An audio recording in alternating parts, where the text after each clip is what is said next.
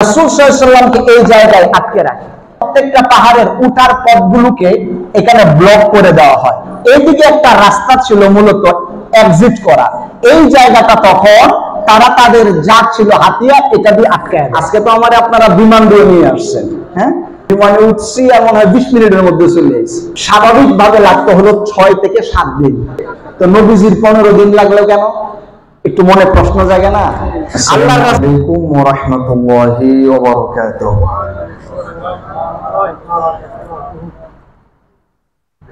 মানুষ সংখ্যা অনুযায়ী কিন্তু সালামের আওয়াজটা খুব কম হয়েছে। আপনারা কি আমার প্রতি রাগ করছেন নাকি? এখানে আসছি আমি প্রথম, হুজুরের এই দরবারে আমার আশাই প্রথম, এই জন্য রাগ করার তো কোনো কারণ মনে হয় নাই। একটু ভালোবাসাটা দিয়ে, এটা তো রাসূল সাল্লাল্লাহু আলাইহি সাল্লামের একটা সুন্নাহ, সালাম দেওয়া এটা কার সুন্নাহ? রাসূল সাল্লাল্লাহু আলাইহি সাল্লামের। এর ভিতরে কি আমাদের কোনো কার্পণ্যতা আছে? নাই। মন খুলে সালাম দেব, মন খুলে সালামের জবাব দিব। একটু আওয়াজটা দিয়ে, কণ্ঠটা ছেড়ে দিয়ে একটু জবাব দিবেন। আসসালামু আলাইকুম ওয়া রাহমাতুল্লাহি ওয়া বারাকাতুহু। মাশাআল্লাহ, আলহামদুলিল্লাহ,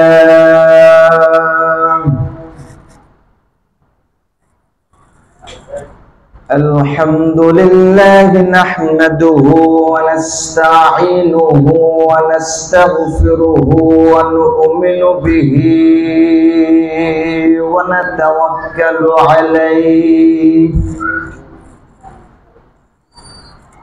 ونشهد أن لا إله إلا الله وحده لا شريك له ونشهد أن سيدنا وحبيبنا ومولانا محمدا عبده ورسوله أرسله بالحق بشيرا ونذيرا وداعيا إلى الله بإذنه وسراجا وقمرا منيرا فقد قال الله تعالى في كلامه المجيد وفي فرقانه الحميد। মন খুলে আল্লাহর কালাম সবাই কণ্ঠ ছেড়ে পড়ি। আউযু বিল্লাহি মিনাশ শাইতানির রাজীম। বিসমিল্লাহির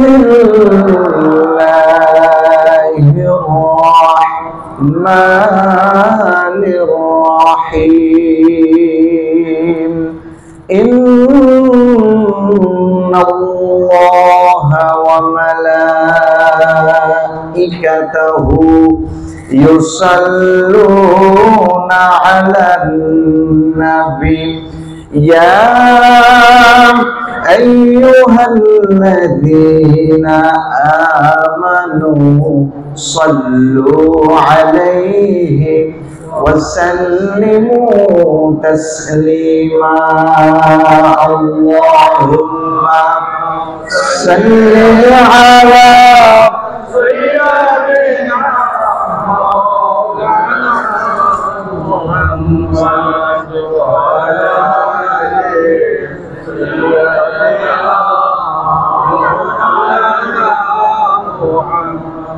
रहे मेरे मस्कन हवाली काबा बने मेरे मदफन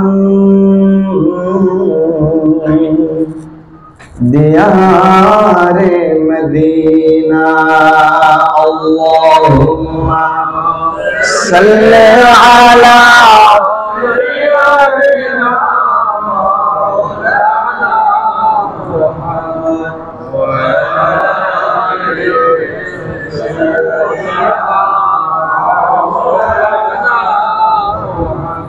একটুখানি জিকির করে লা ইলাহা ইল্লাল্লাহ, লা ইলাহা ইল্লাল্লাহ, জোরে লা ইলাহা ইল্লাল্লাহ, লা ইলাহা ইল্লাল্লাহ, লা ইলাহা ইল্লাল্লাহ, লা ইলাহা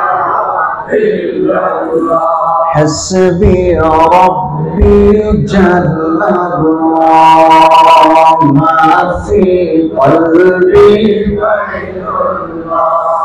نور محمد صلى الله لا إله إلا الله لا إله إلا الله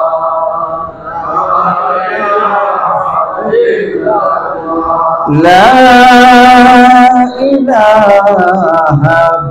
إلا الله محمد رسول الله صلى الله عليه وآله وسلم سيد الأعياد ফাতিহা দোয়াজ। এই 4 দিন ব্যাপী সেমিনারের আজকে দ্বিতীয় দিবস, তাই না? গতকালকেও তো হয়েছে, আজকে দ্বিতীয় দিন। আরো কয়দিন হবে? 2 দিন। আমি একটা বিষয় খুব আশ্চর্য হয়েছে, এই লম্বা 4 দিনের এই সেমিনার খুব কমই হয়, এত দিন ব্যাপী। হ্যাঁ, একদিন একটা সেমিনার করে তাও ঘাম বের হয়ে যায় আয়োজকদের। কিন্তু আজকের এই সেমিনারটি যারা আয়োজন করেছেন একদিনের না, কয়দিনের? 4 দিন ব্যাপী এই সেমিনার। এটা চারটিখানি কথা নয়। খুব ভাববার বিষয় হচ্ছে এই 4 দিন ব্যাপী সেমিনারে বহু আলোচক দাঈ ইলাল্লাহ ওনাদেরকে ইনভাইট করা হয়েছে, তাদের সাথে যোগাযোগ রক্ষা করা, এখানে এসে পৌঁছা পর্যন্ত অনেক দায়িত্ব। এই সকল কিছুর কিন্তু আঞ্জাম দিয়ে আপনাদেরও সুব্যবস্থা করা, এটা সো টাফ। এটা করতে পেরেছেন আমি মনে করি যে রাসূলের ভালোবাসা আছে বিধায়, আল্লাহ রাসূলের প্রতি প্রেম আছে বিধায় এই ধরনের একটা আয়োজন করা সম্ভব হয়েছে। কথা বলেন ঠিক কিনা? আরো মজার এখানে যে গুরুত্বপূর্ণ আরেকটি বিষয়, সেটি হচ্ছে প্রতিদিন যারা আলোচক থাকবেন, আলোচনা করবেন, প্রত্যেকের আলোচনার বিষয় এখানে লিখে দেওয়া আছে। তার মানে এটা খুব সুচিন্তিত এবং পরিকল্পনা অনুযায়ী। এজন্য আমাদের যারা আমরা আলোচক আছি, আমাদেরও একটা রোড ম্যাপ দেওয়া আছে, এই টপিকে আলোচনা করতে হবে। আজকে আমাকে যে আলোচনার বিষয় দেওয়া হয়েছে সেটি হচ্ছে রাসূল আকরাম সাল্লাল্লাহু আলাইহি ওয়াসাল্লামের হিজরতের প্রেক্ষাপট। এই বিষয় নিয়ে আমাকে কথা বলতে হবে। আমি কিন্তু চাইলেই অন্য একটা ঘটনা টেনে অন্যদিকে যেতে পারি না, এটা উচিত হবে না। তবে আপনাদেরও একটু সজাগ দৃষ্টি রাখতে হবে যে আসলে আলোচনা অনুযায়ী, টপিক অনুযায়ী আলোচনা হচ্ছে কিনা। আপনারা যতটা আমার খেয়াল রাখবেন আমার প্রতি, হ্যাঁ, বেলাইন হলে যদি একটু ধরায় দেন, তাইলে আমিও একটু সচেতন থাকবো যে ঠিকই তো, আমি তো লাইন ছাড়া চলে গেছি, মানে বোঝা যাবে যে শ্রোতারাও অ্যাক্টিভ। আমি যাতা বলতে পারি না, এখানে লাইন মতোই কথা বলতে হবে। আর আমার লাইন অনুযায়ী যেন কথা বলি, এজন্য আজকের আমার বিষয়ের উপরে আমি 7টা পয়েন্ট লিখে নিয়ে আসি। অন্য জায়গায় আলোচনা তো চোখ বন্ধ করেও করা যায়, হ্যাঁ, একটা টান দিলেই হয়, শেষে ওয়াখিরু দাওয়ানা আলহামদুলিল্লাহি রাব্বিল আলামিন, শ্রোতারা কয় মাশাআল্লাহ সেই ওয়াজ হইছে, কিন্তু আমি এনে জানি কোন দিক থেকে কোন দিক গেছে। কিন্তু এখানে যেহেতু আলোচনার বিষয় দেওয়া, আপনাদেরও কিন্তু সজাগ দৃষ্টি রাখতে হবে যে হুজুর কোন সাবজেক্টে আলোচনা করে এখন যায় কোন দেশে। যাওয়ার কথা মঙ্গল গ্রহে, উনি তো শনি নামক গ্রহের মধ্যে বয়ে বয়ে চায়, তো মঙ্গলে যাইবে কোন সময়? তো আমার বিষয়টা হচ্ছে রাসূল আকরাম সাল্লাল্লাহু আলাইহি সাল্লামের হিজরতে প্রেক্ষাপট, বিষয়টা আগে একটু বলি।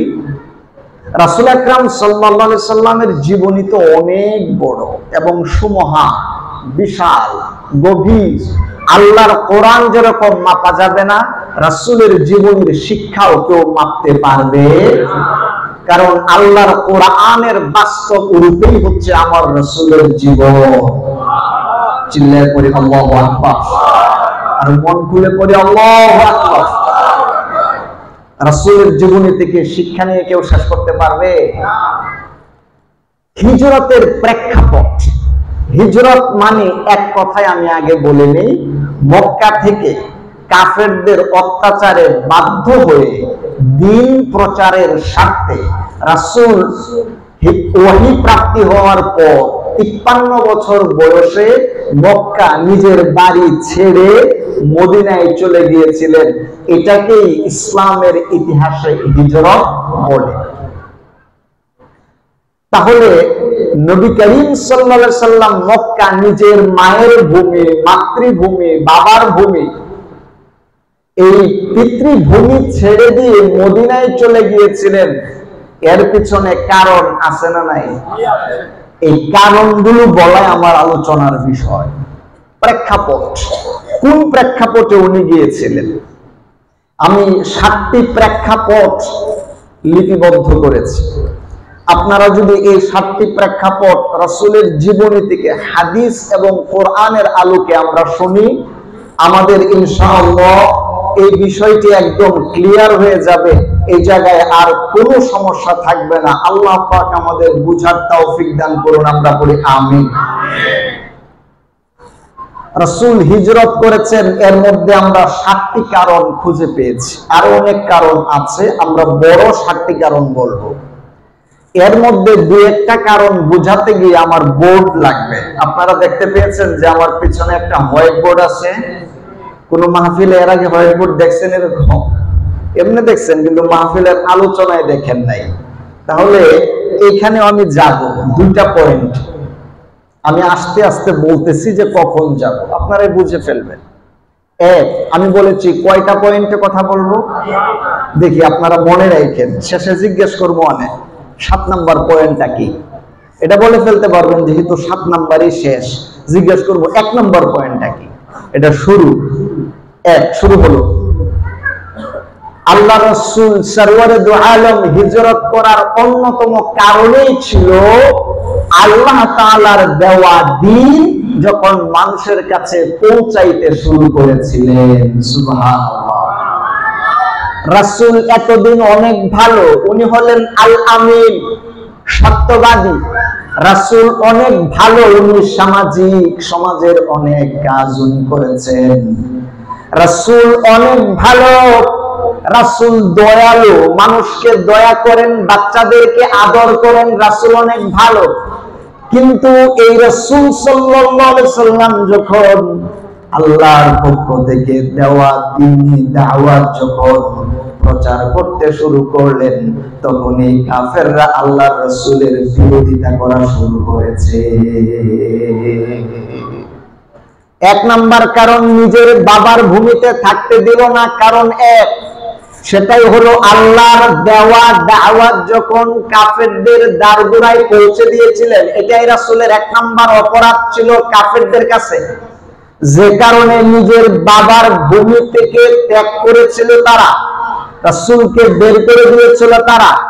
কারণ হলো আল্লাহ পাক আমার পেয়ারা রাসূলকে আল্লাহ পাক বললেন, আমার পেয়ারা রাসূল, আমি আপনাকে যে ওহী নাযিল করলাম, হেরা গুহার ভিতরে যে ওহী আমি আপনাকে দিলাম, ইকরা বিসমি রাব্বিকাল্লাযী খালাক খালাকাল ইনসানা মিন আলাক। আল্লাহু আকবার। হেরার যে আল্লাহর ওহী, ওই বাণী যখন রাসূলের কাছে পৌঁছিল, আল্লাহ পাক ওই দিন থেকে রাসূলকে দাওয়াতের দায়িত্ব, বড় দায়িত্ব দিয়েছিলেন।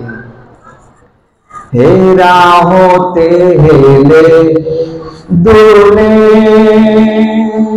নুরানি তনুরকে আসে হায় সারা দুনিয়ার হেরেমের পর্দা খুলে খুলে যায় সে যে আমার কমলিওয়ালা কমলিওয়ালা সে যে আমার কমলিওয়ালা কমলিওয়ালা। আল্লাহু আকবার।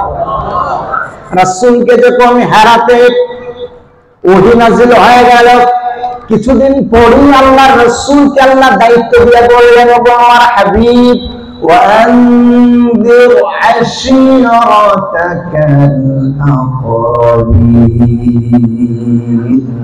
আমার হাবিব, আমি আল্লাহ পাক আপনাকে যে ওহী নাযিল করলাম, যে কোরআন দিলাম, এই কোরআন কেবল আপনার নিজের সিনার ভিতরে আর পুষে রাখবেন না, আমার এই কোরআনের আলো আপনি মক্কার কাফেরদের মধ্যে ছড়িয়ে দিন।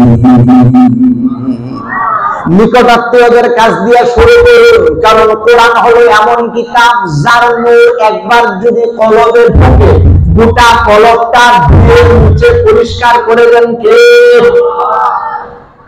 এজন্য এক সূর্য যেরকম গোটা পৃথিবী আলোকিত করে দিতে পারে, তাওহীদের নূর, কোরআনের নূর হলো এমন, আপনার গোটা বিশাল রাজ্যের এই কলবে কোন জায়গায় কালো ত্রুটি আছে সব ধুয়ে মুছে আল্লাহর কোরআনের নূর পরিষ্কার করে দেয়। সব গিরিজা হো গয়া খর, সব গিরিজা হো গয়া খর, জলওয়ায়ে খুরশীদ সে চমন্না মোরে भी है नगमा ए तौहीद से। এক সূর্য যেরকম গোটা পৃথিবীর সব ঘোর অন্ধকার দূরীভূত করে দেয়, এক তাওহীদ, এক কোরআনের নূর, এক রাসূল গোটা পৃথিবীর সব অন্ধকার ধুয়ে মুছে পরিষ্কার করে দিয়ে তাওহীদের নূর বহন করে দেয়।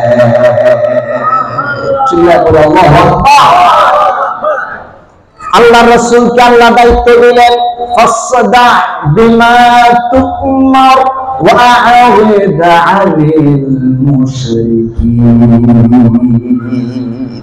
কাফেরদের কাছে রাসূলকে আল্লাহ কোরআনের নূর পৌঁছে দেওয়ার দায়িত্ব দিলে, সেদিন থেকে কাফেররা রাসূলের বিরোধিতা করা শুরু করলো। কথা বলেন ঠিক কিনা?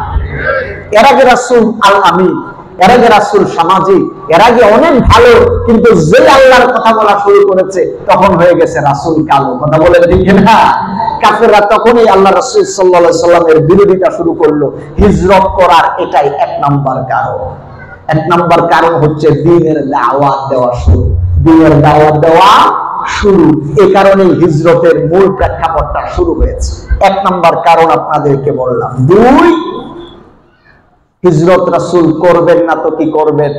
যেখানে নিজের অস্তিত্ব ঠিক রাখতে যে আল্লাহ রাসূল সাল্লাল্লাহু আলাইহি সাল্লাম কাফেরদের গালির শিকার হতেছিলেন, কাফেররা ইসলাম কবুল করবে তো দূরে থাক, রাসূল সাল্লাল্লাহু আলাইহি সাল্লামকে গালিগালাজ পর্যন্ত করেছে। কথা বলেন ঠিক না?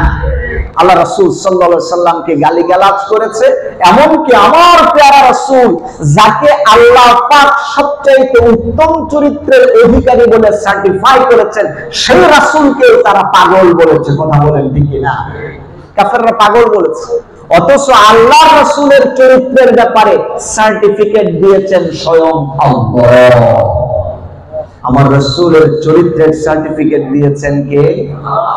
ইন্নাকা লাআলা খুলুকিন আযীম। আল্লাহ কেমন জানি বুঝিয়ে দিলেন, ও পৃথিবীর মানুষ, তোমার চরিত্রের কোন সার্টিফিকেট যদি দরকার হয়, তুমি যাও চেয়ারম্যানের কাছে, মেম্বারের কাছে, এমপি সাহেবের কাছে, চারিত্রিক একটা সনদপত্র দরকার।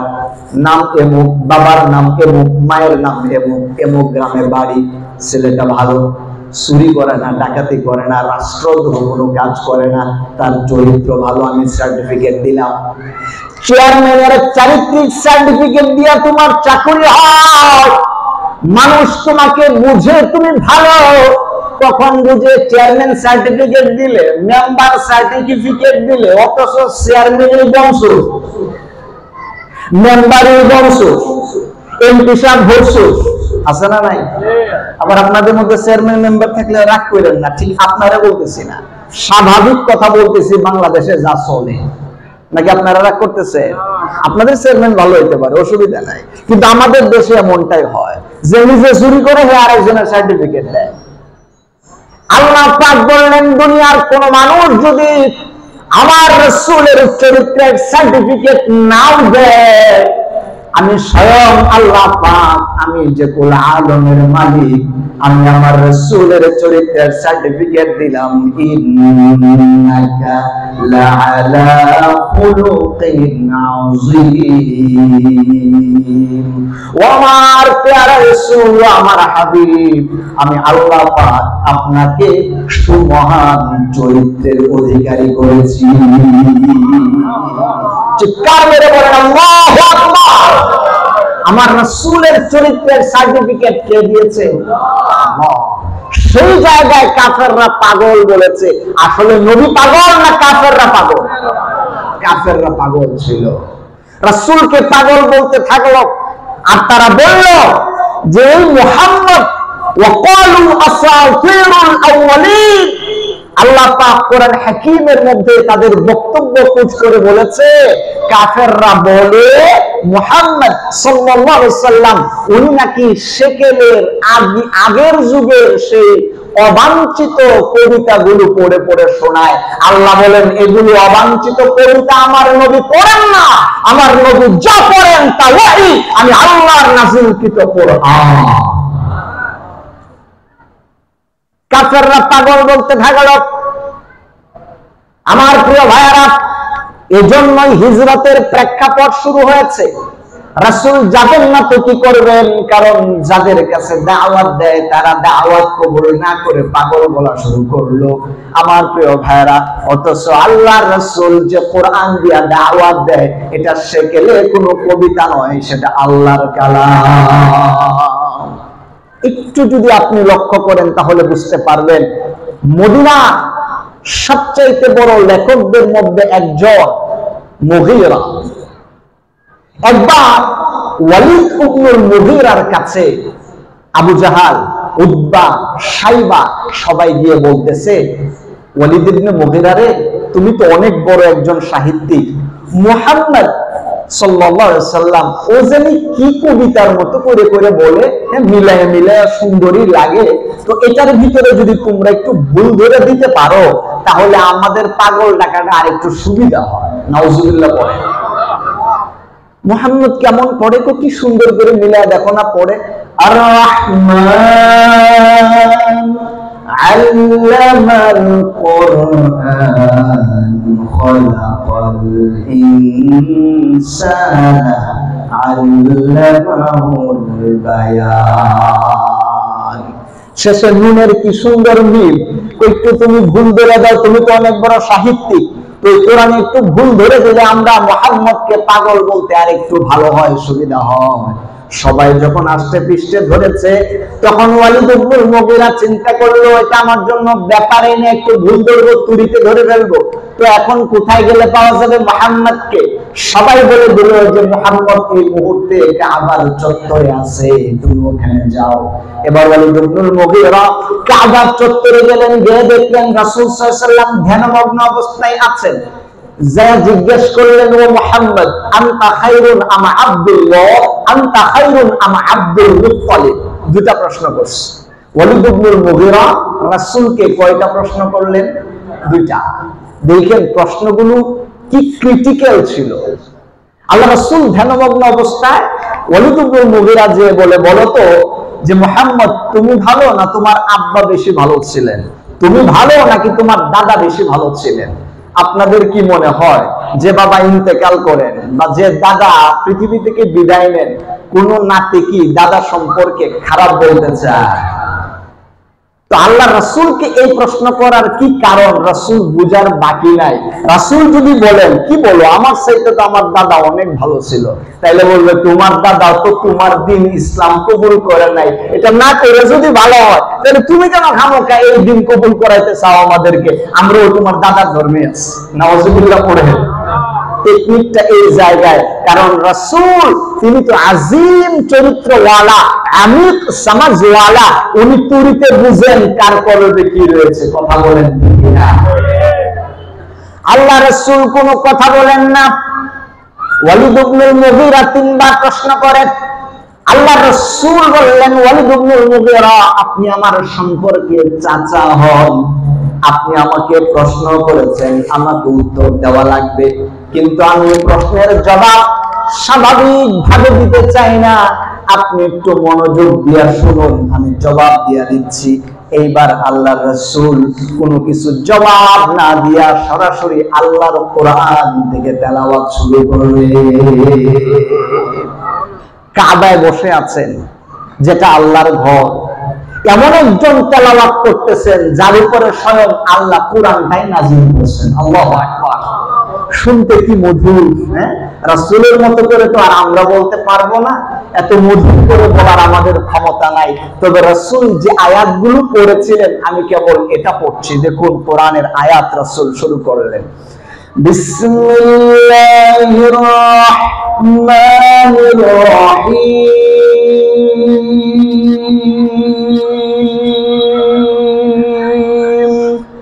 হামিম,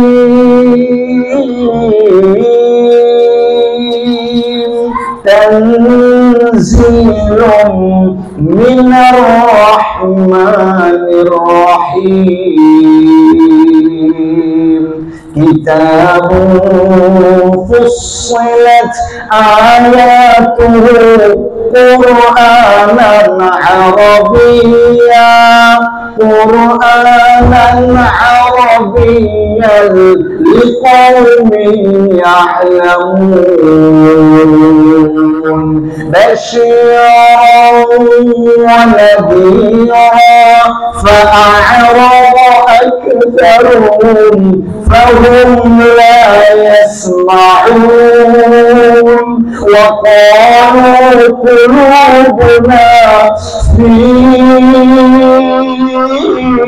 আকিন্না মিম্মা তাদ'উনা ইলাইহি ওয়া ফী আযানিনা ওয়াqr ওয়া মিন বাইনিনা ওয়া বাইনিকা হিজাব ফা'মাল ইন্নামা আমিলুন, قل إنما أنا بشر مثلكم يوحى إلي أنما إلهكم إله واحد فاستقيموا إليه واستغفروه وويل للمشركين।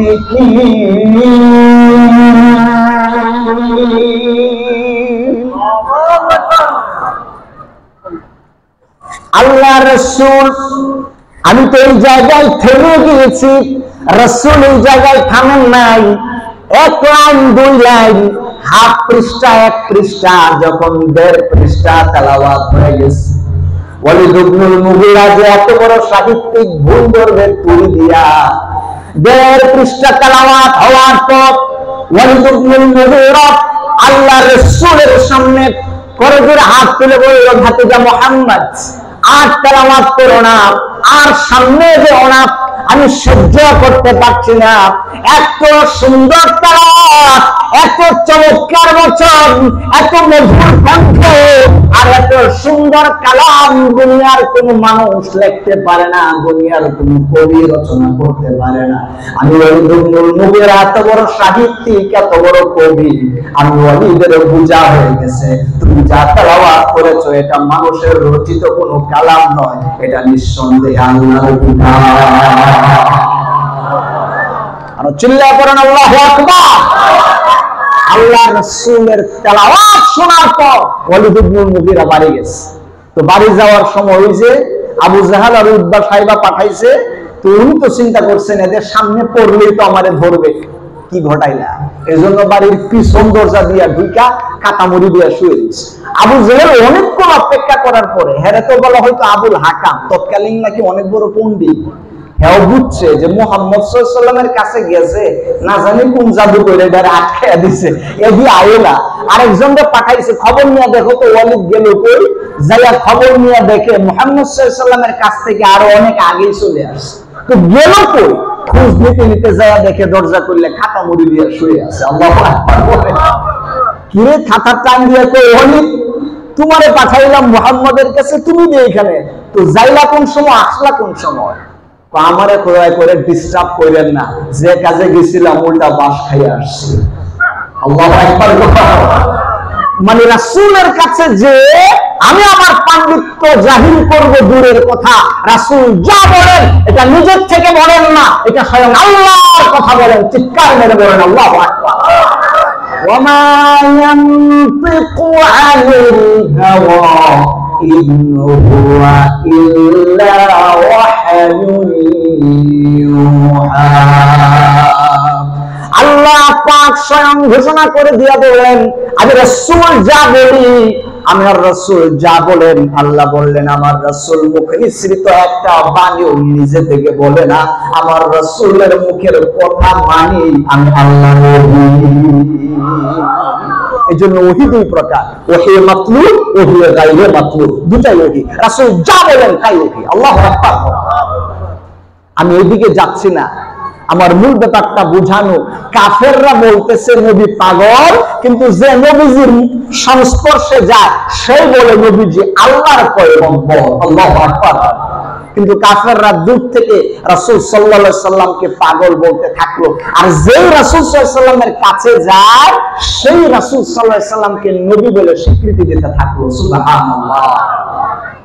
আজকে দেখুন কাফেরদের সেই বক্তব্য আজ ধুলার সাথে মিশে গেছে, আর রাসূলের মুখ এটা বদনচুম্বী হয়ে গেছে। কথা বলেন ঠিক কিনা? আল্লাহ রাসূলকে কাফেররা বলতো পাগল, কিন্তু রাসূল পাগল না, বরং রাসূলের জন্য গোটা দুনিয়া পাগল।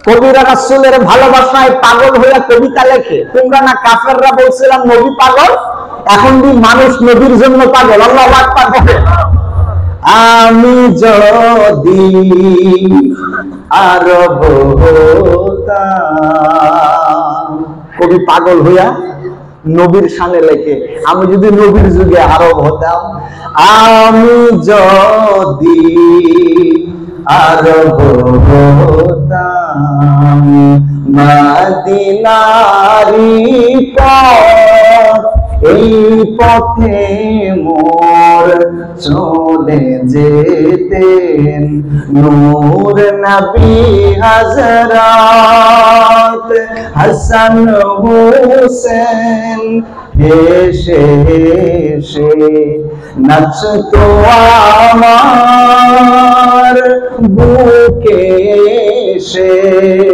চোখে আমার বইতো নদী, চোখে আমার বইতো নদী, পেশে নিয়ামত আমি যদি আরব হতাম। আল্লাহু আকবার বলে, তোমরা নবীকে হতে পাগল, আর এখন গোটা বিশ্ব রাসূলের জন্য পাগল। আল্লাহু আকবার বলে, কোটি কোটি মুসলিম এই বর্তমান পৃথিবীতে তারা প্রস্তুত আমার রাসূলের জন্য নিজের কলিজা ছিঁড়ে দিতে। কথা বলেন ঠিক না?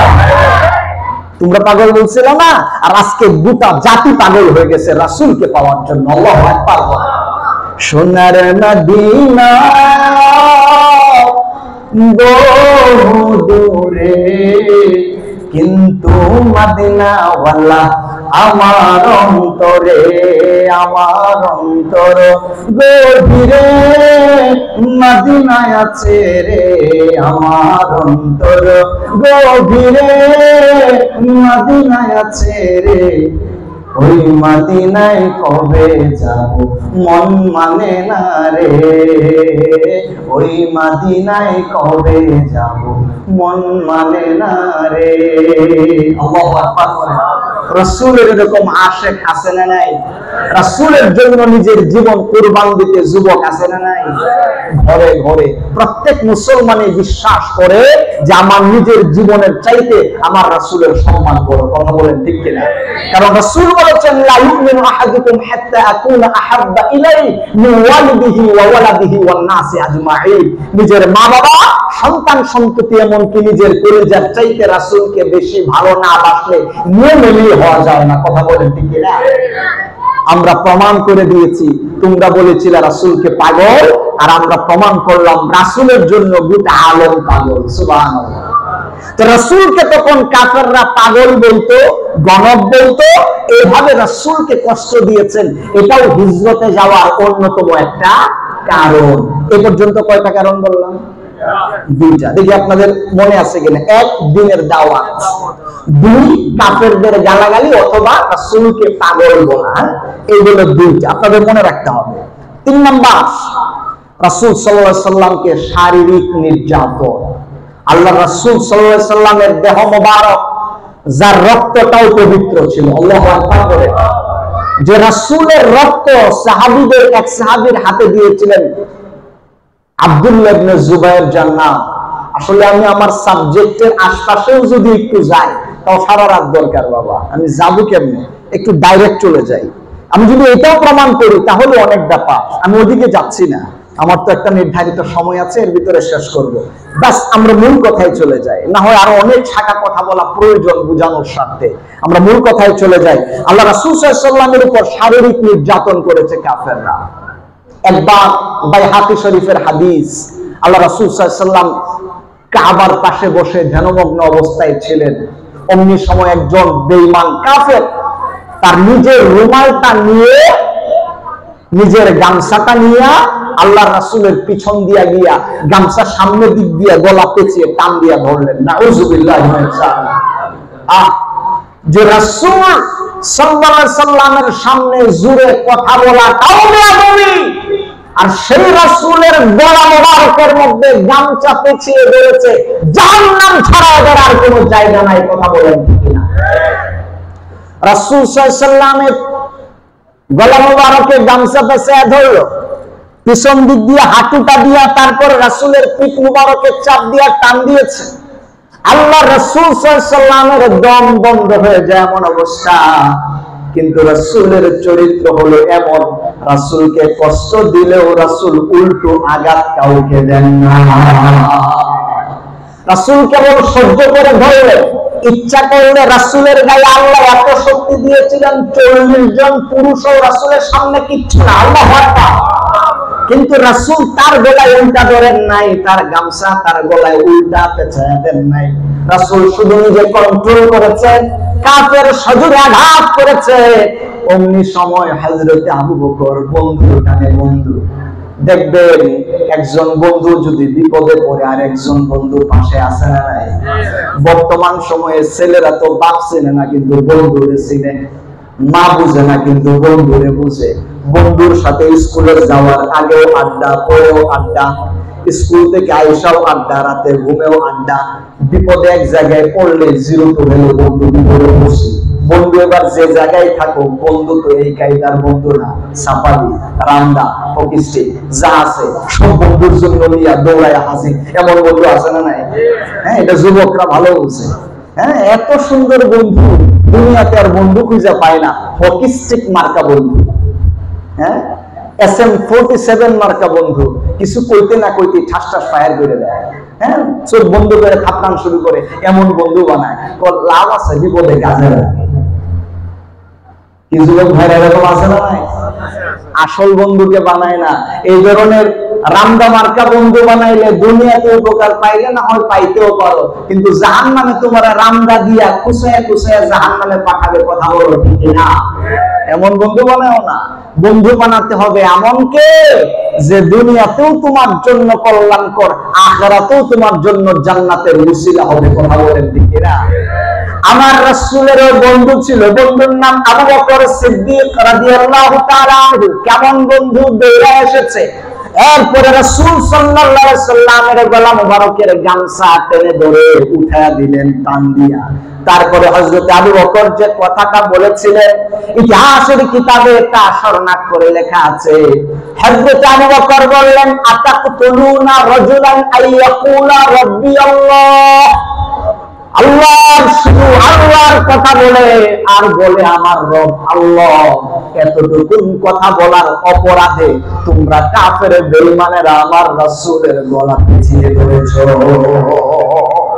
এতটুকু কথা বলে তোমার বাড়ি ঘর থেকে কি রাসূল কিছু ডাকাতি করেছে? রাসূল কি তোমার সম্পদ হরণ করেছে? কিচ্ছু করে নাই। শুধু আমার রব আল্লাহ এতটুকু বলাতেই তোমরা কত বড় বেঈমান, আমার রাসূলের গলা মুবারকে তোমরা গামছা পেঁচিয়ে দিয়েছো। হযরত আবু বকর সিদ্দিক রাদিয়াল্লাহু তাআলা আনহু এই বিপদের সময় রাসূলের পাশে এসে দাঁড়িয়েছিলেন। এই যে রাসূলের উপরে শারীরিক নির্যাতন, আপনারা জানেন তায়েফে গিয়েছিলেন দাওয়াতে, 10 দিন ছিলেন। কয়দিন? 10 দিন। এই তায়েফে যখন 10 দিন ছিলেন, একটা বাগানে রাসূল সাল্লাল্লাহু আলাইহি সাল্লামকে পাথর নিক্ষেপ করতে করতে একটা বাগানের মধ্যে নিয়ে এসেছিল। এই বাগানে আশ্রয় নিয়ে রাসূল টিকতে পারে নাই। রাসূলের গা মুবারক থেকে রক্ত মুবারক বেয়ে বেয়ে পড়ছিল। তখন রাসূল সাল্লাল্লাহু আলাইহি সাল্লাম খুব দুর্বলতা অনুভব করলেন। তাফসীরের কিতাবের মধ্যে এসেছে, সিরাতে ইবনে হিশামে এসেছে, তখন ক্ষীণকায় কণ্ঠে রাসূল আল্লাহর কাছে হাত তুলে বললেন, রব আল্লাহুম্মা ইলাইকা আশকু বিদুরফি ওয়া কিল্লাতি হিলাতি ইয়া আরহামার রাহিমিন ইয়া আনতা রাব্বুল মুস্তাদঈফিন। ও আমার রব, আমার দুর্বলতা তোমার সামনে উপস্থাপন করছি, আমার শারীরিক কষ্ট তোমার সামনে নিবেদন করছি। তুমি তো দুর্বলদের জন্য রহমান। ও আমার রব, তুমি তোমার রাসূলকে, আমি মুহাম্মদ সাল্লাল্লাহু আলাইহি সাল্লামকে তোমার গায়বী সাহায্য দান করো। সুবহানাল্লাহ। কোন অভিযোগ কাফেরদের প্রতি করে নাই। আরেক সিরাতে এসেছিল, বড় পাহাড়ের দ্বাররক্ষী, পাহাড় রক্ষী ফেরেশতাকে রাসূলের কাছে পাঠিয়ে বলেছিলেন, রাসূল আপনি শুধু অনুমতি দেন, তায়েফবাসীর 2 পাহাড় দিয়ে চাপা দিয়ে গোটা তায়েফ পাহাড়ের নিচে দাঁড়ায়া দেই। আল্লাহ রাসূল বলেছিলেন, এইভাবে যদি তোমরা সবাইকেই মেরে ফেলো, আমি আল্লাহর দাওয়াতটা কার কাছে পৌঁছাবো? আল্লাহু আকবার। এই ছিলেন রাসূল। এই জন্যই তো রাসূলকে বলা হয় রাহমাতুল লিল আলামিন। আল্লাহু আকবার। আমার প্রিয় ভাইরা, রাসূলের শরীরের উপরও নির্যাতন হয়েছে না হয় নাই? এটা কয় নাম্বার কারণ হিজরত করা? 3 নাম্বার কারণ। 4, রাসূলকে শুধু শারীরিক নির্যাতনই করে সীমাবদ্ধ হয় নাই, বেঈমান কাফেররা তৎকালে আমার রাসূলকে জেলেও বন্দী করে রেখেছে। কথা বলেন ঠিক না? আপনারা সবাই জানেন, শিআবে আবি তালিবে আল্লাহর রাসূলকে জেলের মধ্যে বন্দী করে রেখেছিলেন কয় বছর? হাত বলতে পারবেন কেউ? 3 বছর। আপনি বলছেন 3 বছর, তুমিও 3 বছর, আপনিও 3 বছর। এটা একটু বাড়ান কমা যায় না? এটা ইতিহাসের মধ্যে লেখা, বাড়ানো কমন যায় না। এখন যদি বলি এই শিয়াবে আবি তালাবটা কোন জায়গায় আসলে? এটা কি মদিনা? মক্কাতে? মক্কার কোন জায়গায়? এই যে এখন কিন্তু আমাদের একটু বোঝা দরকার। আমাদের এটা তো আপনাদের হচ্ছে চট্টগ্রাম, হ্যাঁ? এটা কোন থানা? বাইজিদ থানা।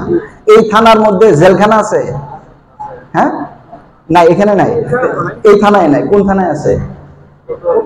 কোতোয়ালি। এখান থেকে কয় কিলোমিটার? আনুমানিক 5 কিলোমিটার, 4-5 কিলোমিটার। তা এখন যদি এখানে কেউ অপরাধ করে, পুলিশে দিয়ে জেলে রাখলে তারা 5 কিলোমিটার নিতে হবে, তাহলে একটা জেলখানা সম্পর্কে একটু জানা দরকার। আমরা এখন একটু বুঝবো যে আল্লাহ রাসূলকে ঠিক কোন জায়গায় জেলবন্দি করা হয়েছে। এখনকার অনেকেই মক্কা মদিনায় যায়, কিন্তু এটা যে শিয়াবে আবি তালেব কোন জায়গায় এটা অনেকেই জানে না, কারণ এখন এভাবে চিহ্নিত করা নাই। আমরা একটু আপনাকে দেখাবো যে এই জায়গায় রাসূলকে জেলবন্দি করা হয়েছে। 4 নাম্বার কারণটা আমরা বোর্ডে দেখাতে চাই। আপনারা কি মনে কষ্ট নেবেন? আমি অল্প সময়ের মধ্যে দেখাবো, বিরক্ত হবেন না তো ইনশাআল্লাহ, কারণ এটা এখানে গেলেও পাবেন না। আমি একটু আপনাদেরকে দেখাই। কেউ বলতে পারবেন এটা আমি কি লিখলাম? কাবা, বাইতুল্লাহ। কাবাটা তো দেখতে মোটামুটি এরকম, তাই না? দেখে বলতে হবে এটা কি। হ্যাঁ, আপনারা একটু দেখেন, আমি এঁকে নিচ্ছি।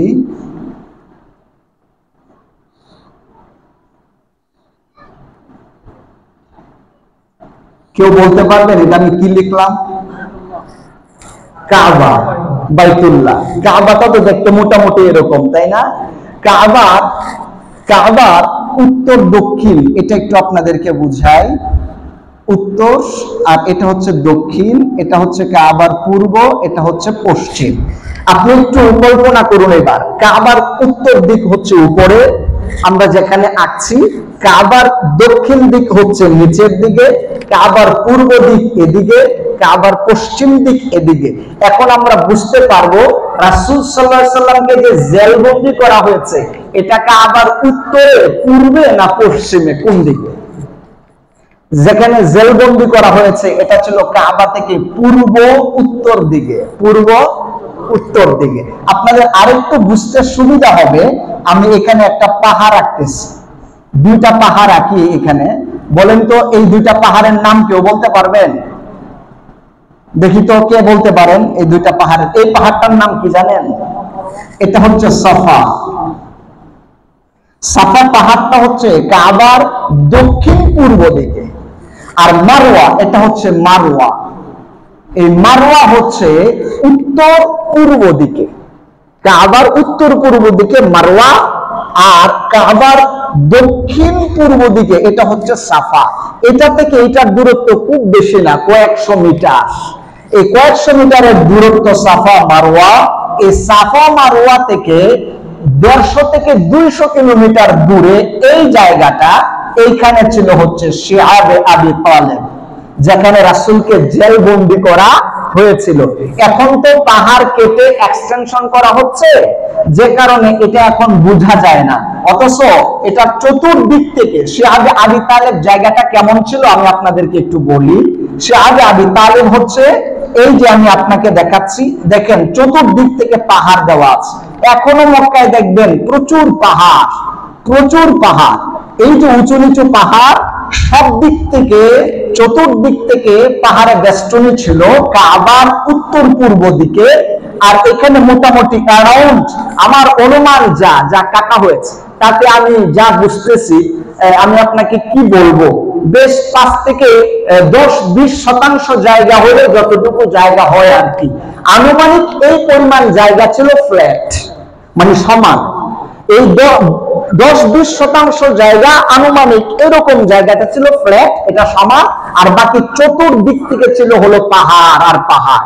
আল্লাহ রাসূল সাল্লাল্লাহু আলাইহি সাল্লামকে পাহাড়ের প্রত্যেকটা পাহাড়ের উঠার পথগুলোকে এখানে ব্লক করে দেওয়া হয়। এইদিকে একটা রাস্তা ছিল মূলত এক্সিট করা। এই জায়গাটা তখন তারা তাদের যা ছিল হাতিয়ার এটা দিয়ে আটকায় দেয় এবং রাসূল সাল্লাল্লাহু আলাইহি সাল্লামকে এই জায়গায় আটকে রাখে। আল্লাহ রাসূলকে নিজের বাড়ির পাশেই জেলখানা বানায়া সেই জায়গায় আটকে রাখে। মিয়াসাব 1 দিন, 1 মাস, 2 দিন, এরকম কয়টা বছর? 3টা বছর আল্লাহ রাসূল সাল্লাল্লাহু আলাইহি সাল্লামকে এই জায়গায় আটকে রাখলেন। অথচ রাসূলের বাড়ি এই জায়গায়, আল্লাহ রাসূলের ঘর এই জায়গায়। আপনার আশ্চর্য হবেন, হযরত আবু বকর সিদ্দিক রাদিয়াল্লাহু তাআলা আনহু উনি তখন অসহায় ছিলেন, পারে না সহযোগিতা করতে। আবু বকর সিদ্দিক রাদিয়াল্লাহু তাআলা আনহুর বাড়িটা, আবু বকর সিদ্দিক রাদিয়াল্লাহু তাআলা আনহুর বাড়িটা ছিল এই যে এই জায়গায়, কাবার পশ্চিম দিকে ছিল। পশ্চিম হালকা হচ্ছে দক্ষিণ বলা যেতে পারে, তবে এটা মোটামুটি পশ্চিম। এই জায়গায় ছিল হযরত আবু বকর সিদ্দিক রাদিয়াল্লাহু তাআলা আনহু, ওনার বাড়ি ছিল এই জায়গায়। তখন হযরত ওমর ইবনুল খাত্তাব রাদিয়াল্লাহু তাআলা আনহুর বাড়ি ছিল এই জায়গায়।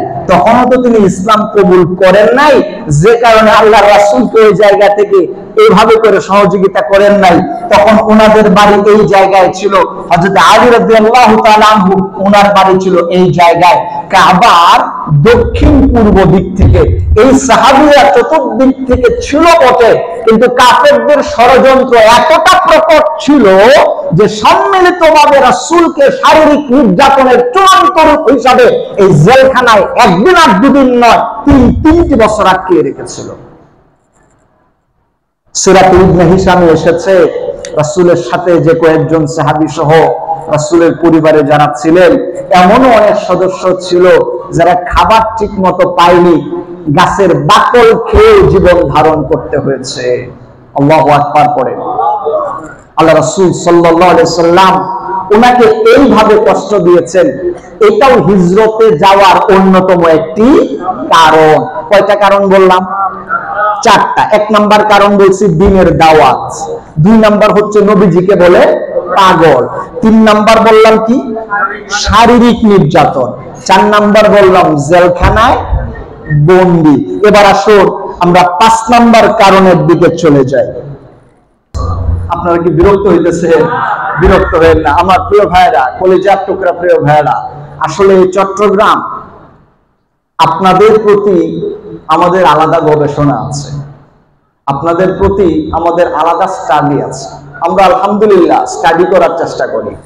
এই যে যারা হজে এখন যাইবেন, উমরাতে যাইবেন, আপনার কাছে এই জিনিসটা ক্লিয়ার হয়ে গেছে না?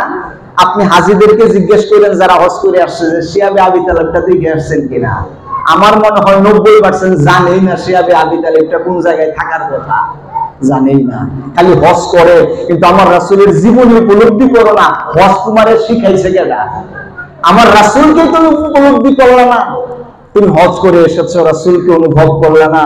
আমার প্রিয় ভাইরা, এগুলো নিয়ে গবেষণা করেছে। আল্লাহ রাসূলের সময় কার বাড়ি কোন দিকে, কোনটা কত মিটার দূরত্ব, রাসূলের যুগে মক্কার চিত্র কেমন ছিল, এই নিয়ে আলহামদুলিল্লাহ টানা 6 মাস গবেষণা করে আমি এই বইটি লিখেছি। আপনাদের দোয়ায় মানচিত্র আকারে দিয়েছি। আমাকে তো দিছে হিজরতের প্রেক্ষাপট, আমি হিজরতের রাস্তা সহ, এই যে এখানে একটা ম্যাপ দেখতেছেন, এটা হিজরতের ম্যাপ। আমার আলোচনার বিষয় তো এটা না, না হয় আমি এটা সরাসরি বলতাম। এরপরও সুযোগ থাকলে আমি 2 মিনিট বলে দিব রাসূল হিজরত কোন রুটে করেছিলেন। আল্লাহ রাসূল তো লুকিয়ে যাইতে হয়েছে, এজন্য হিজরতের রূপ আপতকালীন স্বাভাবিক রূপ এক ছিল। আমি এগুলো হাদিস থেকে গবেষণা করে উম্মুল কুরা ইউনিভার্সিটির লাইব্রেরি, মদিনা ইউনিভার্সিটির লাইব্রেরি ওয়ার্ক করেছি, মানচিত্র সংগ্রহ করেছি, হাদিস সংগ্রহ করে হাদিসের আলোকে এখানে মানচিত্র দিয়েছি। এবং এই বইটা সাধারণ অন্য বইয়ের মতো না, এই বইয়ের এই পেজটাতে এমবস ইউজ করা হয়েছে। আপনি যদি এই জায়গায় টাচ করেন তাহলে রাস্তা আপনাকে টেনে মদিনা পর্যন্ত নিয়ে যাবে। আল্লাহু আকবার। এখানে এমবস ইউজ করা আছে, আপনি টাচ করলে হিজরতের রাস্তা ফিল করতে পারবেন যে এখানে হচ্ছে এইভাবে গেছেন, এই রুটটা আমাদের টাচ করলে আঙ্গুলে লাগবে এই জায়গাটা, এটা এমবস দেওয়া। কিন্তু পাশের যে রুটটা ওইটা আবার লাগবে না, ওটা শুধু দেখতে পারবে, আর এটা লাগবে। এইভাবে রাসূল মক্কা থেকে কত কিলোমিটার দূরে যায় রেস্ট নিয়েছিলেন হাদিসের আলোকে, কোন জায়গায় যে দুধ খাইছিলেন, কার বাড়িতে একটু বসছিলেন, এইভাবে 15 দিন লেগেছে হিজরত করতে। 15 দিনের ইতিহাস এক নজরে এখানে দেওয়া, আর ভিতরে 15 দিনের ডিটেইলস দেওয়া। এখানে এই বইয়ের মধ্যে হিজরতের প্রেক্ষাপট নিয়ে আলোচনা আছে, হিজরতের কারণ নিয়ে আলোচনা আছে, হিজরতের রোড আছে। দীর্ঘ 6 মাস গবেষণা করার পরে আলহামদুলিল্লাহ এই বইটা লিখেছে। একবার যদি কেউ এই বইটার চিত্রগুলো দেখে, উনি মক্কা মদিনায় গেলে একদম বলে দিতে পারবে এটা হলো এই জায়গা। না বললে উনি বুঝবে যে এটা থেকে এত মিটার দূরে, তাহলে ওই জায়গাটাই হবে, বুঝতে পারবে। এইভাবে করে আলহামদুলিল্লাহ লিখেছি। আপনাদের দোয়া, বাংলাদেশের অনলাইন পোর্টাল সহ মোটামুটি অনেক রকমারি.com, মহফিল সহ মোটামুটি সব সাইটে আমার এই বইটিও পাওয়া যাচ্ছে। এটা আলহামদুলিল্লাহ, এটা আল্লাহর নবীজির জীবনের উপরের একটা পার্টের উপরে, সিরাতের উপরে বইটি লিখেছি। আমি মনে করি আল্লাহর রাসূলের প্রতি ভালোবাসা আছে বিধায় পেরেছি, আল্লাহর অনুগ্রহ আছে বিধায় পেরেছি। আলহামদুলিল্লাহ। এই বইটি কয়েকটা কপি নিয়ে এসেছি, যদি কেউ সংগ্রহ করেন এই জন্য। বাকি আমরা স্টাডি করি, আমরা দেখেছি যখন স্টাডি করেছি বাংলাদেশ নিয়ে, এই চট্টগ্রাম, বৃহত্তর এই চট্টগ্রাম, এটা ওলিয়া উলিয়াদের পদনিশ্রিত পূর্ণভূমি চট্টগ্রাম। আমাদের ইতিহাসে স্টাডি করার সময় আমরা পড়েছি যে সর্বপ্রথম একজন সাহাবী বাংলাদেশে পা রেখেছিলেন, এটা অন্য কোথাও নয়, এই নদীপথে চট্টগ্রামে পা রেখেছিলেন। আলহামদুলিল্লাহ, আপনাদের এই চট্টগ্রাম সাহাবীর পায়ের ধুলিতে ধন্য। আউলিয়া কেরামের বহু পদধূলি এই চট্টগ্রামে রয়েছে। এজন্য এখনো বর্তমানে চট্টগ্রামে ওলিয়া উলিয়াদের একটা কারামত এখনো বিরাজমান। আলহামদুলিল্লাহ। এজন্য আপনাদের প্রতি আলাদা একটা শ্রদ্ধা বোধ কাজ করে, চট্টগ্রামবাসীর প্রতি আলাদা একটা টান আমরা অনুভব করি। আজকে এই চট্টগ্রামে এই আলোচনায় আমি এসে আমি নিজেকে অনেক ধন্য মনে করছি। আজকে হুজুর এখানে বসা আছেন, হুজুরকে সামনে বসিয়ে আলোচনা করাটা আমার জন্য বেয়াদবি মনে করছি আমি। এরপরেও এটা শুকরিয়া যে হুজুর এখানে বসে অন্তত আলোচনার যে এটা শোনাটা, এটা আমার জন্য প্রেরণা, উৎসাহ। আলহামদুলিল্লাহ, আমি আমার বিষয়ভিত্তিক আলোচনা করে যাচ্ছি। আমরা এই পর্যন্ত আমার বিষয়ের উপরে কয়টি পয়েন্ট বললাম? 4টা। আর বলবো কয়টা? 7টা। বাকি আছে কয়টা? 3টা। এবার আসুন আমরা 5ম নাম্বার কারণে চলে যাই। আল্লাহ রাসূল সাল্লাল্লাহু আলাইহি সাল্লাম উনি হিজরত করার অন্যতম কারণ হচ্ছে এই, আল্লাহ রাসূল সাল্লাল্লাহু আলাইহি সাল্লামের কাছে আস্তে আস্তে করে মদিনা থেকে মাঝে মাঝে কেউ হজ করতে আসতো, কেউ হলো জিয়ারত করতে আসতো, কেউ হলো ব্যবসা করতে আসতো। আয়েশা যখন নবীজির সাথে দেখা হয়ে যেত, আমার রাসূল সাল্লাল্লাহু আলাইহি সাল্লামের মুখের কণ্ঠ, মুখের ভাষা এত মধুর ছিল যে মদিনার লোকেরা এসে রাসূলের প্রেমে পড়ে যেত। আল্লাহু আকবার। বাইআতে আকাবা উলা, সানি, সালেস, এভাবে মদিনার মানুষগুলো রাসূল সাল্লাল্লাহু আলাইহি সাল্লামের হাতে বাইআত হতে থাকলো। আর মদিনার মানুষগুলো বলল, ইয়া রাসূলুল্লাহ ওয়া ইয়া হাবিবাল্লাহ, মক্কার কাফেররা আপনাকে অত্যাচার করে, আমরা মদিনাবাসী, আমরা আপনার উপর অত্যাচার নয়, বরং আমরা আপনাকে সম্মানের চেয়ারে সমাসীন করতে চাই। রাসূল, আপনি মদিনায় চলে আসুন। এই যে মদিনা থেকে মানুষ মক্কায় এসে রাসূলের ভালোবাসায় তারা পা দিল, এটাও হিজরত করার অন্যতম কারণ ছিল। কারণ রাসূলের সংস্পর্শে আসলে পরে ধ্যানে জ্ঞানে সব সময় রাসূলকেই শুধু স্মরণ থাকতো।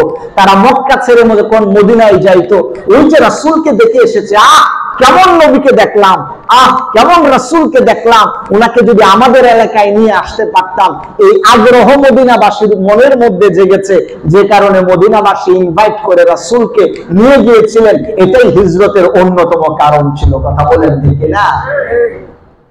নবী নাম শুনলেও ভালো লাগে, রাসূল তার কথা শুনলেও ভালো লাগে।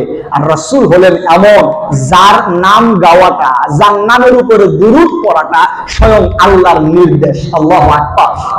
সাল্লু আলাইহি ওয়া সাল্লিমু তাসলিমা। আল্লাহ পাক বলেন, আমি এবং আমার ফেরেশতারা আমার নবীর উপরে দুরূদ পাঠাই, তোমরা আমার নবীর উপরে দুরূদ পড়ো। আল্লাহু আকবার। নবী মোর পরশমণি,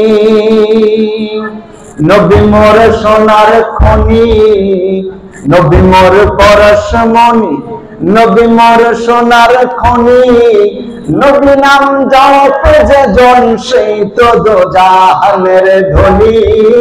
নবী মোর পরশমণি, ওই নামে সুর ধরিয়া পাখি যায় গান করিয়া, ওই নামে সুর ধরিয়া পাখি যায় গান করিয়া, ওই নামে আকুল হয়ে, ওই নামে আকুল হয়ে ফুল ফুটে সোনার বরণী। নবী মোর পরশমণি, নবী মোর সোনার খনি, নবী নাম জপ যে জন সেই তো দোজাহানের ধনী। নবী মোর পরশমণি। আল্লাহু আকবার করে আল্লাহ রাসূল সাল্লাল্লাহু আলাইহি সাল্লামের উপরে দুরূদ পড়লে পরে দুনিয়াও সুন্দর হয়, আখিরাতও উজ্জ্বল হয়। কথা বলেন ঠিক না?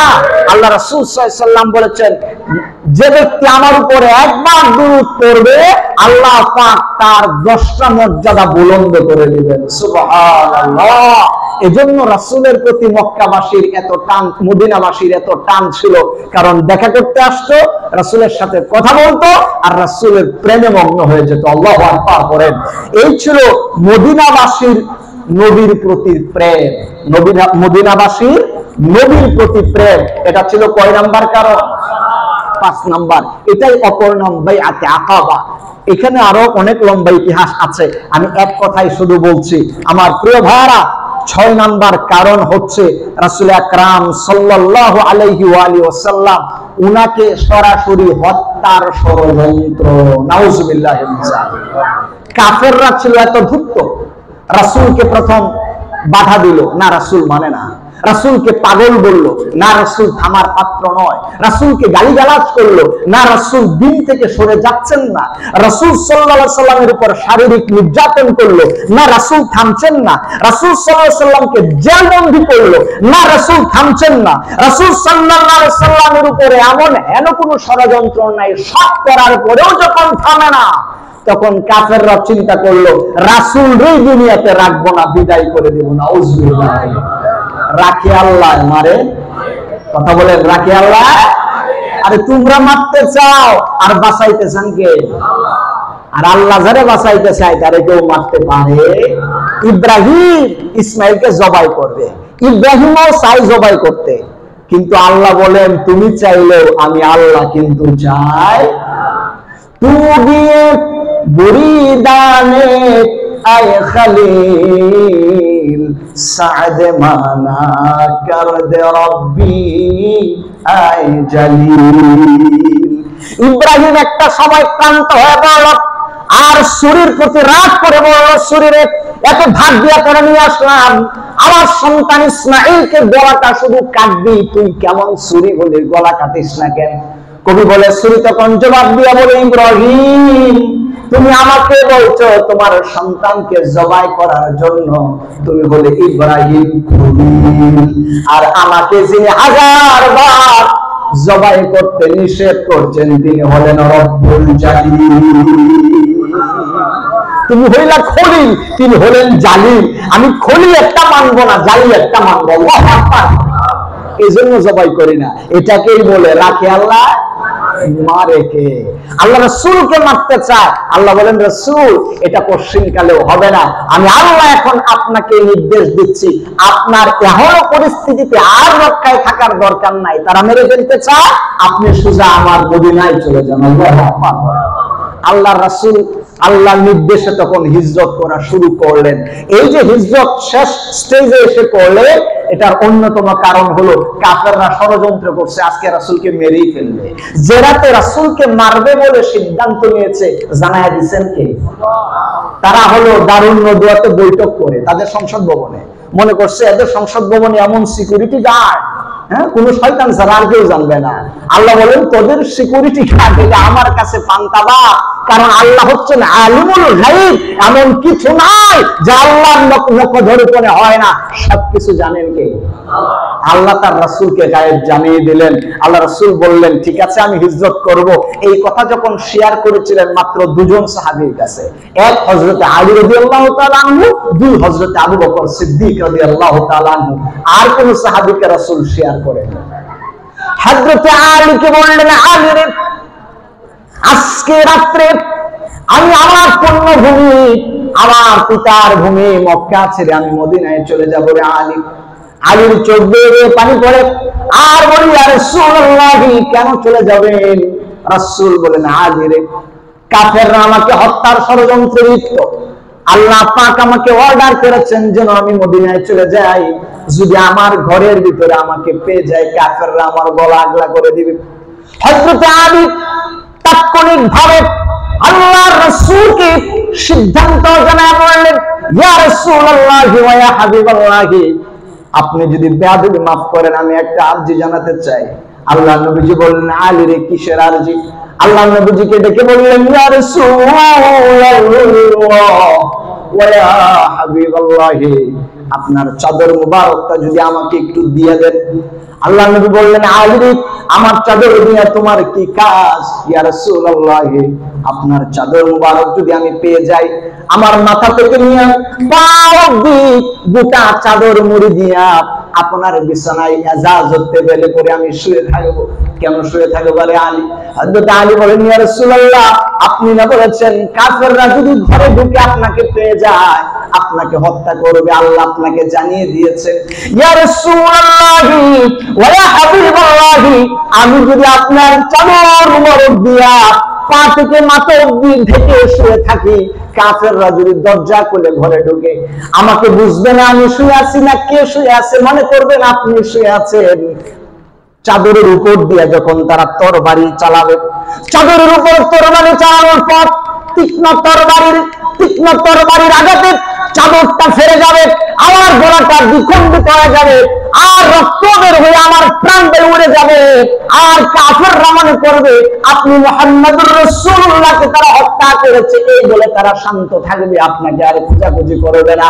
আমার প্রাণের বিনিময়ে যদি আপনি একটু নিরাপদে মদিনায় চলে যেতে পারেন, আমি আলীর জীবন দিয়াও আমি ধন্য। আমার প্রিয় ভাইরা, হযরত আলী রাদিয়াল্লাহু তাআলা আনহু এই কথা বলার পরে আল্লাহর রাসূল আলী রাদিয়াল্লাহু তাআলা আনহুর এই আবেদন ফিরিয়ে দিলেন না, দিয়া দিলেন চাদর।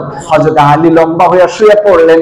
এইবার রাসূল যখন ঘর করলেন, হিজরতে চলে যাবেন, বাহির হয়ে দেখেন, দরজার ফাঁকা দিয়ে দেখেন, যে কথা সেই কাজ। কাফেররা এতক্ষণে ঘরের চতুর্দিক থেকে তারা ঘেরাও করে ফেলেছে, দরজা দিয়ে বের হবে দূরের কথা, ঘরের চতুর্দিক থেকে কাফেররা ঘেরাও করে ফেলেছে। সিদ্ধান্ত নিচ্ছে রাত গভীর হবে, তারপরে ঘরের ভিতরে ঢুকবে, রাসূল ঘুমিয়ে থাকবে, তারপরে হত্যা করবে। আল্লাহর নবীজি যখন কাফেরদের রাউন্ড করা এই দেশটি দেখলেন, আল্লাহর কাছে দোয়া করলেন, রব্বে কারীম কি করব, কারণ প্রত্যেক বিপদের সময় ডাকতে হয় কাকে? মুসা আলাইহিস সালাতু ওয়াস সালাম বিপদে পড়েছেন, ডেকেছেন কাকে? ওগো আল্লাহ পাক, সামনে বিশাল নদ, আমি কিভাবে পার হব? আল্লাহ পাক বললেন, وأوحينا إلى موسى أن اضرب بعصاك البحر, তোমার লাঠি সমুদ্রের পারে ফেলে দাও, আমি আল্লাহ পাক সমুদ্রের ভিতরে তোমার পার হওয়ার রাস্তা তৈরি করে দেব। আগুনের মধ্যে পড়ে যাচ্ছে ইব্রাহিম, আল্লাহর কাছে দোয়া করে, রব আগুনের ভিতরে পড়ে যাও, আমি কি করব? আল্লাহ বললেন, টেনশন করো না, কুলনা ইয়া নারু কুনি বারদাও ওয়া সালামান আলা ইব্রাহিম। আল্লাহ বললেন, আগুন রে আমার ইব্রাহিম তোমার কাছে চলে আসতেছি, না অতি ঠান্ডা না অতি গরম, আমার ইব্রাহিমের জন্য তুমি নাতিশীতোষ্ণ এয়ার কন্ডিশন হয়ে যাও। ইব্রাহিমের জন্য আগুন যদি পানি হয়ে যায়, মুসার জন্য নদীতে যদি রাস্তা হয়, আজকে কাফেররা চতুর্দিক থেকে দাঁড়ায় আছে, এই কাফেরদের ভিতর থেকে কি আমার রাসূলের জন্য আল্লাহ রাস্তা বের করতে পারেন না? আল্লাহর কাছে রাসূল যখন হাত তুললেন, রব আমাকে এখান থেকে বের হওয়ার রাস্তা তুমি দেখায় দাও। আল্লাহ রাসূল আল্লাহর পাক রাসূলকে ডেকে বললেন, আমার প্রিয় হাবিব, কিচ্ছু করার দরকার নাই, শুধুমাত্র আপনার পায়ের নিচ থেকে এক মুষ্টি ধূলিকণা আপনি হাতে নেন। আল্লাহ আমি কি করব? আল্লাহ রাসূলকে আল্লাহ বললেন, মুষ্টিগুলো হাতে নিয়ে দম করে আপনি ছুঁড়ে মেরে দেন, বাকিটা আমার কাজ। আল্লাহ পাক কোরআনে বলেন, ওয়া রামাইতা ইয রামাইতা ওয়ালাকিন্নাল্লাহা রামা। আল্লাহ রাসূল গুলিগুলো ছুড়ে মারলেন, কাফেররা চতুর্দিক থেকে চড়ানো ছিল। আল্লাহ পাক দেখে বললেন, রাসূল গো আপনি শুধু ধূলিকণাগুলো ছাড়তে দেরি হবে, দুটা কাফেরদের চোখে চোখে ধূলিকণা পৌঁছাইতে আমি আল্লাহ দেরি করব না। আল্লাহু আকবার করেন। আল্লাহ রাসূল যখন ধূলিকণাগুলো ফু দিয়া ছেড়ে দিলেন, প্রত্যেক কাফেরদের চোখে চোখে ধূলিকণা পৌঁছে যায়। কাফেররা ধুলি মুছতে মুছতে যখন ব্যস্ত, আল্লাহ রাসূল ওই ফাঁকে হযরত আবু বকরের বাড়ি পৌঁছে যায়। আমার প্রিয় ভাইরা, এইভাবে আল্লাহ রাসূল সাল্লাল্লাহু আলাইহি সাল্লাম হিজরতের চূড়ান্ত রূপে গিয়ে পৌঁছেছেন। এরপরে অন্যতম আরেকটা 7 নাম্বার কারণ হলো এই, হযরত আবু বকর সিদ্দিক রাদিয়াল্লাহু তাআলা আনহু উনিও পরামর্শ দিয়েছিলেন, হুজুর হিজরতটা করা দরকার, কি পদ্ধতিতে করবেন এটা হযরত আবু বকরও পরামর্শ দিয়েছিলেন। এই 7 নাম্বার আরেকটা অন্যতম কারণ, এই 7টি কারণে রাসূল আকরাম সাল্লাল্লাহু আলাইহি সাল্লাম হিজরত করেছিলেন। আল্লাহু আকবার করেন। আল্লাহ রাসূল যে হিজরত করবেন এটা কোন রূপে হবে, এজন্য একজন লোক আগে ঠিক করে রেখেছিলেন, হযরত আবু বকর। এই রূপে আল্লাহ রাসূল হিজরত করেছিলেন। আমি আপনাদেরকে এই 2 মিনিটে এইটা চিত্রটি দেখে আমি আমার আলোচনা শেষ করব ইনশাআল্লাহ। আল্লাহ রাসূল কিভাবে হিজরত করেন। রাসূল যেদিন হিজরত করেছিলেন এটা ছিল 27শে সফর। কোন মাস? সফর মাস। কোন মাস? কয় তারিখ? আর রাসূল যেদিন মদিনায় গিয়ে পৌঁছেছিলেন সেটা হলো এই যে আজকের দিন 12 রবিউল আউয়াল। আল্লাহু আকবার করে সব জায়গায় 12 রবিউল আউয়ালের একটা বারাকাত আছে না নাই? কেমনে কেমনে মিলে গেছে দেখছেন? রাসূল দুনিয়াতে এলেন 12 রবিউল আউয়াল, এই হিজরত করে কাফেরদের ষড়যন্ত্রের শিকার হইয়া মদিনায় নিরাপদ আশ্রয়ে গেলেন 12 রবিউল আউয়াল। এবার আসুন আল্লাহ রাসূল সাল্লাল্লাহু আলাইহি ওয়াসাল্লাম কোন পথে গিয়েছিলেন এটা আপনাদেরকে দেখিয়ে আমি আলোচনা শেষের দিকে যাচ্ছি। এখন আপনাদেরকে যেটা দেখাবো সেটা হলো হিজরতের চূড়ান্ত রূপ। আমি এটা একটু মুছে দিচ্ছি।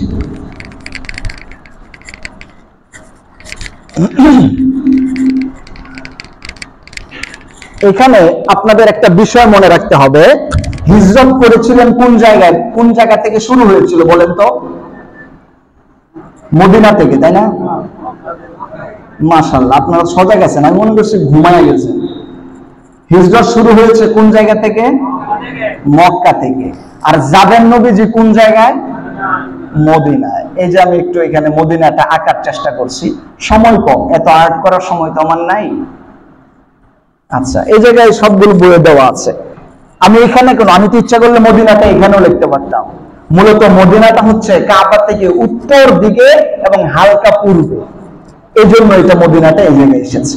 আপনারা জানেন তৎকালীন গতানুগতিক পথ কাবার এদিক থেকে শুরু হতো, এখানে ওসমান, আমাজ এগুলো হয়ে এই দিক থেকে বাণিজ্যিক পথ হয়ে মদিনায় তখন মানুষ ঢুকতো। এদিক থেকে ছিল হলো 450 কিলোমিটার। স্বাভাবিকভাবে তখন মক্কা এবং মদিনার একটা যাতায়াত রোড ছিল, এই রোডে ব্যবসা হইতো, বাড়িতে আসা যাওয়া হইতো, আত্মীয় স্বজনের বাড়িতে যেত। এই রুটটা কত কিলোমিটারের ছিল? আমার মনে হয় শেষের যারা আর একটু বুঝতেছে না, কত কিলোমিটার ছিল? 350? 550? 450 কিলোমিটার। একটু একটু চিন্তা করে দেখেন, কিন্তু 450 কিলোমিটার একদম কাছের না। আজকে তো আপনারা বিমান দিয়ে নিয়ে আসছেন, হ্যাঁ, আপনাদের এখানে হুজুরের অনুমতি ক্রমে, হ্যাঁ, জুবাইদ ভাই খুব যোগাযোগ করছেন, আমার অত্যন্ত প্রিয় ভাই জুবাইদ ভাই অনেক মেহনত করছেন, হ্যাঁ, বক্তাদেরকে যাতায়াতের বিষয়ে কিভাবে আসবো না আসবো। বিমানে উঠছি আর মনে হয় 20 মিনিটের মধ্যে চলে এসেছি, কিন্তু আসলে এখানে কি 20 মিনিটের রাস্তা? কত কিলোমিটার চলে আসলাম 20 মিনিটে। আবার এটা যদি গাড়িতে যায় তাহলে এখন কয় ঘন্টা লাগবে? 6 ঘন্টা 7 ঘন্টা লাগবে। আর যদি একটা মোটামুটি, হ্যাঁ, গরু গাড়ি একটা নিয়ে রওনা দিই, তো এবার আপনি চিন্তা করেন উট দিয়া যে যাইতো কতদিন লাগতো? স্বাভাবিকভাবে লাগতো হলো 6 থেকে 7 দিন। কয়দিন লাগতো যেতে? তো নবীজির 15 দিন লাগলো কেন? একটু মনে প্রশ্ন জাগে না? আল্লাহর রাসূল একই রূট গেলে 450 কিলোমিটার যাইতে অন্যদের লাগে 6 থেকে সর্বোচ্চ 7 দিন, তো নবীজির কেন 15 দিন? প্রশ্ন আছে না নাই? আছে। নবীজির 15 দিন লাগার কারণও আছে, কারণ নবীজি এই রুটে যান। এখানেও একটা প্রশ্ন, রুট একটা রেডি করা আছে, ইয়া থুইয়া অন্য রুটে যাইতেন। আবার নবীজি যে রুটে গেছেন এই রুটে যাইতে নবীজির আরো 40 কিলোমিটার বেশি হাঁটা লাগছে। তো নবীজির কত কিলোমিটার হাঁটা লাগছে? অতিরিক্ত 40। এবার যোগ করে দেখেন 450 প্লাস 40 কত কিলোমিটার হয়? বাবা, আপনারা যদি অঙ্কেও ভালো পাকা, ভালো অঙ্ক পারেন, কত হয়েছে? 490 কিলোমিটার। 40 কিলোমিটার কেন বেশি যাওয়া লাগলো? কোন পথে যাওয়া লাগছে? 40 কিলোমিটার যাইবে না কি করবে? তোমরা ওই কাফেররা নবীরে মাইরা ফেলাইতে চাও, তো রাসূল যদি স্বাভাবিক পথে হাঁটে তাহলে তো তুমি পুলিশের গাড়ি পাঠাই দিবে এই রোডে। এমন রোডে গেছেন যে রোডে পুলিশের গাড়ির চাকা চলে না, মানে পুলিশ খুঁজেও রাসূলকে পাইবেন না। আল্লাহর ইশারায় নবীজি ওই রোডে গেছেন। এই জন্য একটু ঘুরিয়ে যাওয়ার কারণে কত কিলোমিটার বেশি লেগেছে? 40 কিলোমিটার। এই দিক থেকে হচ্ছে স্বাভাবিক পথ। আপনাদের বোর্ডটা তো হলো ল্যান্ডস্কেপে, আমার জায়গা কম, এটা শুরু ডাকটা দেওয়া দরকার এই জায়গায়। এখন তো এই জায়গায় তো ডাক দিতে কোনো সুযোগ নাই, হাওয়ার উপরে তো আর ডাক দেওয়া যায় না। এই ঘরে সাউন্ডটা হচ্ছে এই জায়গায়। নবীজি এই দিক দিয়ে শুরু করলেন স্টার্ট। যাইবেন হলো মদিনায় উত্তর দিকে, নবীজি রওনা দিয়েছেন মক্কা থেকে দক্ষিণ দিকে। আল্লাহু আকবার করে। কাফেররা যেন বুঝতেই না পারে নবীজি যাইবে কোন জায়গায়, এই জন্য রওনা দিয়েছেন নবীজি এই জায়গায়। এদিক থেকে হয়ে ওসমান হয়ে এই জায়গায় একটা নাম আছে ওসমান। এই ওসমান নামক জায়গায় এসে কাছাকাছি এসেছে, কারণ এদিকে হলো নদীপথ আল্লাহ রাসূল একটু এদিকে আসলেন, এইভাবে এখানে পাশ দিয়ে হেঁটে এখানে এসে এই দিক থেকে রাসূল সাল্লাল্লাহু আলাইহি ওয়াসাল্লাম যাওয়ার কথা ছিল এইভাবে, এদিক থেকে না গিয়ে আল্লাহ রাসূল এই রুটে এসে এখানে হচ্ছে কুবা। আপনারা সবাই কুবা নামটা জানেন, ইসলামের ইতিহাসে প্রথম মসজিদ হচ্ছে কুবা মসজিদ, তাই না? এখানে নামাজ পড়লে উমরা হজের সওয়াব পাওয়া যায়। এই কুবা হয়ে তারপরে রাসূল ঢুকলেন। এই যে শুরু দিক দিয়ে এখানে আবার এই দিক থেকে একটু বাঁকা, এই জন্য রাসূল সাল্লাল্লাহু আলাইহি ওয়াসাল্লামের হয়েছে 490 কিলোমিটার। আল্লাহু আকবার করে এই রুটে রাসূল সাল্লাল্লাহু আলাইহি ওয়াসাল্লাম হিজরত করেছিলেন। গারে সৌরে আপনারা শুধু শুনেন যে সাপে কামড় দিতে আসছিল আবু বকরকে, এটা হিজরতের সময় ঘটেছে।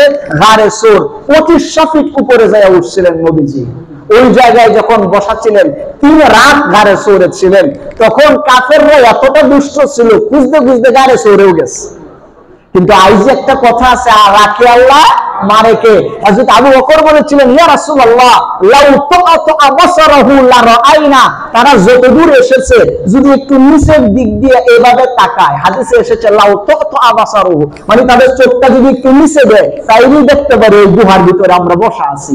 আল্লাহ নবীজি বললেন, নো টেনশন, লা তাহজান, ইন্নাল্লাহা মা'ানা। আল্লাহু আকবার বললেন, টেনশন করো না, ওরা চাইলেও আমাদের দেখতে পারবে। আল্লাহ পাকের জন্য কোরআনের আয়াত নাযিল করেছেন। আল্লাহ পাক বললেন, ইদহুমা ফিল গার ইদ ইয়াকুলু লিসাহিবিহি লা তাহজান ইন্নাল্লাহা মা'ানা। আল্লাহ পাক তখন ডেকে বললেন, আমার রাসূল আপনার প্রিয় বন্ধুকে টেনশন করতে বললেন না, আপনারা শুধুমাত্র 2 জন নন, আপনাদের সাথে আমি আল্লাহ পাক আছি। যে কারণে কাফেররা দেখতে পারে নাই। এই ছিল হিজরতের রূপ, আর বাকিটা বললাম হিজরত করার কারণ। আর এখানে রাসূল রওনা দিয়েছিলেন 27 সফর, 27, 28, 29, তারপরে 1 রবিউল আউয়াল, 2 রবিউল আউয়াল, বিভিন্ন জায়গায় যাচ্ছেন। তো এই জায়গায় ঘটনা আছে। এই জায়গায় রাসূল একজনের বাড়িতে ছিলেন, উম্মে বা'বাদ, রেস্ট নিছিলেন, দুধও খাওয়াইছিলেন। সাগীর দুধ ছিল না, আল্লাহ নবীজি ধরতেই দুধ এসে গেছে। এটার হাদিস আছে, এই বইয়ের মধ্যে আমি হাদিসটাও লিখে দিয়েছি, ঘটনা আকারে লেখা আছে। রাসূল এরকম যেতে যেতে তারপরে এখানে যখন পৌঁছেন তখন ছিল 12 রবিউল, এই যে আজকের দিনটা। আল্লাহু আকবার বলেন। আর তখন মদিনার মানুষ তো রাসূলকে অ্যাকসেপ্ট করার জন্য লাল গালিচা শুভেচ্ছা দিয়েছিল। রাসূলকে আপামর জনতা, ছোট বড়, বালক বৃদ্ধ সবাই রাসূলকে সংবর্ধনা জানিয়েছিল। রাসূল ছিলেন তাদের চিফ গেস্ট। তারা তখন কবিতাও বলেছিল, তালাআল বাদরু আলাইনা মিন তানিয়াতিল ওয়াদা ওয়াজাবা শুকরু আলাইনা মা দাআ লিল্লাহি দা আইয়ুহাল মাবউসু ফিনা جئت بالأمر المطاع جئت شرفت المدينة مرحبا يا خير داع طلع البدر علينا من ثنيات الوداع وجب الشكر علينا ما دعا لله داع। খারাপ লেগেছে আপনাদের? আমি বারবার একটু উঠেছি বসেছি, এতে আপনাদের একটু কষ্ট হয়েছে, বেয়াদবি হয়েছে, ক্ষমা চাই আপনাদের কাছে। আর আমি দোয়াও চাই। আপনাদের এই চট্টগ্রামের পুণ্যভূমিতে এসে অনেক ভালো লেগেছে। এর আগে অনেকবার এসেছি বিভিন্ন প্রোগ্রামে, কিন্তু একটা আন্তরিকতায় কাজ করে। আজকের এই দরবারের প্রোগ্রামে এসে আমি নিজেকে অনেক ধন্য মনে করছি। আজকে যারা এখানে উপস্থিত হয়েছেন সকলকে আমার অন্তরের অন্তঃস্থল থেকে আন্তরিক শুভেচ্ছা, অভিনন্দন, এবং পিশাব হুজুরকে আমার বিনম্র শ্রদ্ধা। সাথে আমার প্রিয় জুবায়েদ ভাই, যিনি অনেক পরিশ্রম করেছেন, তার প্রতি আন্তরিকতা। আপনাদের সকলের প্রতি আন্তরিকতা রেখে দোয়া চেয়ে আজকে আমার বক্তব্য এখানে শেষ করছি। ওয়া আখিরু দাওয়ানা আনিল হামদুলিল্লাহি রাব্বিল আলামিন। আসসালামু আলাইকুম ওয়া রাহমাতুল্লাহি ওয়া বারাকাতুহু।